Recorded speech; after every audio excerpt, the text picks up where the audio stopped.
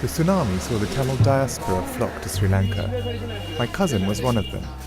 He had managed to raise over $100,000 in a single week and had returned to find out what else could be done. But first, he was on a chocolate mission for some neighborhood kids from America. His old school friend Raviraj was there to help.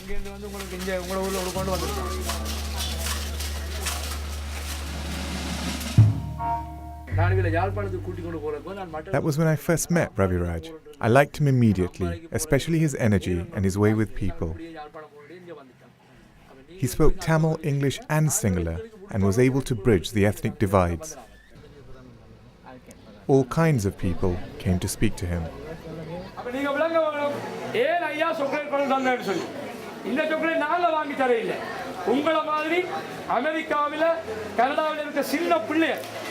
இந்த பிரச்சனையை டிவியில பார்த்து போட்டு ஐயோ எங்களை மாதிரி எங்களை பிள்ளைகள் எல்லாரும் இப்படி கஷ்டப்படுகிறோம் அவைக்கு நீங்கள் அங்கிள் சாக்லேட் வாங்கி கொடுங்கன்னு இவர்கிட்ட கொடுத்துருக்கிறேன் காசு அப்ப அந்த காசுக்கு நாங்கள் வேற சாமான் வாங்கலாமோ வாங்கக்கூடாது அது பிள்ளைதானே கட்டிக்க. I travelled often with Raviraj around the island. I always looked forward to our trips to Jaffna up the A9 road. During these journeys, Raviraj would entertain me with stories from his past. My favourite one is how we first entered politics.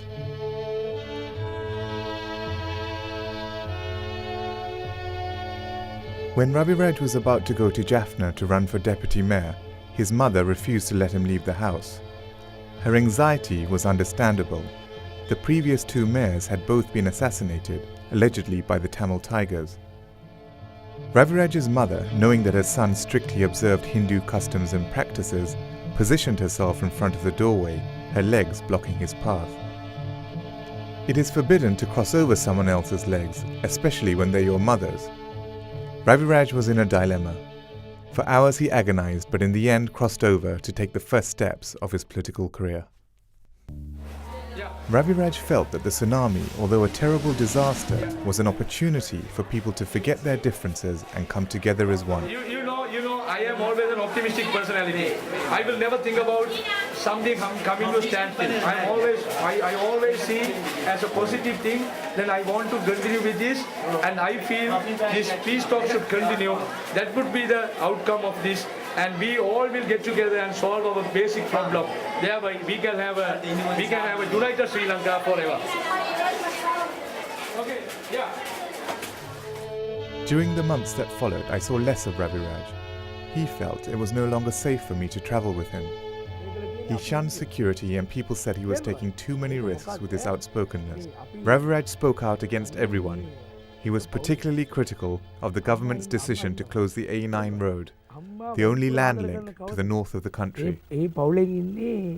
සාමාන්‍ය හරියට කන්න නැතුව ළමයා ඉන්නවා ටිකක් අස්සනිප ළමයක් ඉන්නවා ටිකක් වැඩිපුර සලකම් කරනවා අම්මා ඒක සාධාරණයක් අපි මොකද කරේ ඒ වගේම ළමයාට දුන්නේ ඔක්කොම නැති කරගෙන එයාට දුන්නේ කෑමත් අපි අරගෙන ඒ මිනිහාට කියනවා ඔයාට මුකුත් නෑ මේ රට දැන් බලන්න ඒකනේ මල්ලි A9 පාර මම එක උදාහරණ කාන්න මේ මහින්ද රාජපක්ෂ මහත්මයාට අම්බන්තොටේ යන්න පාර ඔක්කොම වන්න සුමාන දෙකට බාමු බාලා මේ කොළඹ ඉඳලා අපි නැවෙන් බඩු දාමු.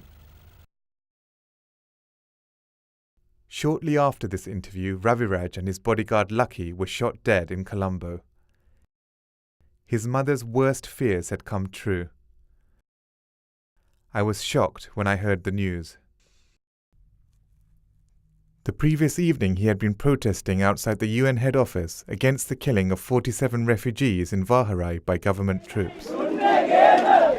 He has been a great human rights worker, a peace worker, a person who has stood for a negotiated solution and who has been very close to the Sinhalese. I was with thousands of others who were at the tribute rally before his body was taken to his hometown of Jaffna. Everyone had come to pay their respect to the man and what he stood for. I remember thinking how sad it was for Sri Lanka to lose someone like Raviraj, who had unusually reached out to all Sri Lankans, the Muslims, Tamils and Sinhalese. We want to demonstrate our protest and to ensure that this does not happen in the future. The assassinations and the culture of impunity continue in Sri Lanka. The number of moderate voices that have been silenced since Raviraj's murder back in November 2006 is shocking.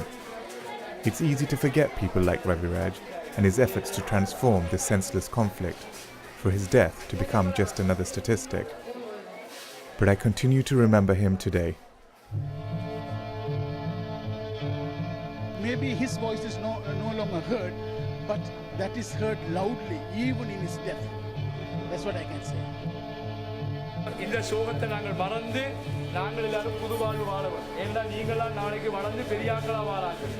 நாங்கள் எல்லாம் செத்து போயிடுவோம். நல்லா படிக்கவர். அதுக்காகத்தான் நாங்கள் எல்லாரும் உங்களோட சேர்ந்து நாங்கள் வேலை செய்து தான் நீங்க வந்திருக்கோம்.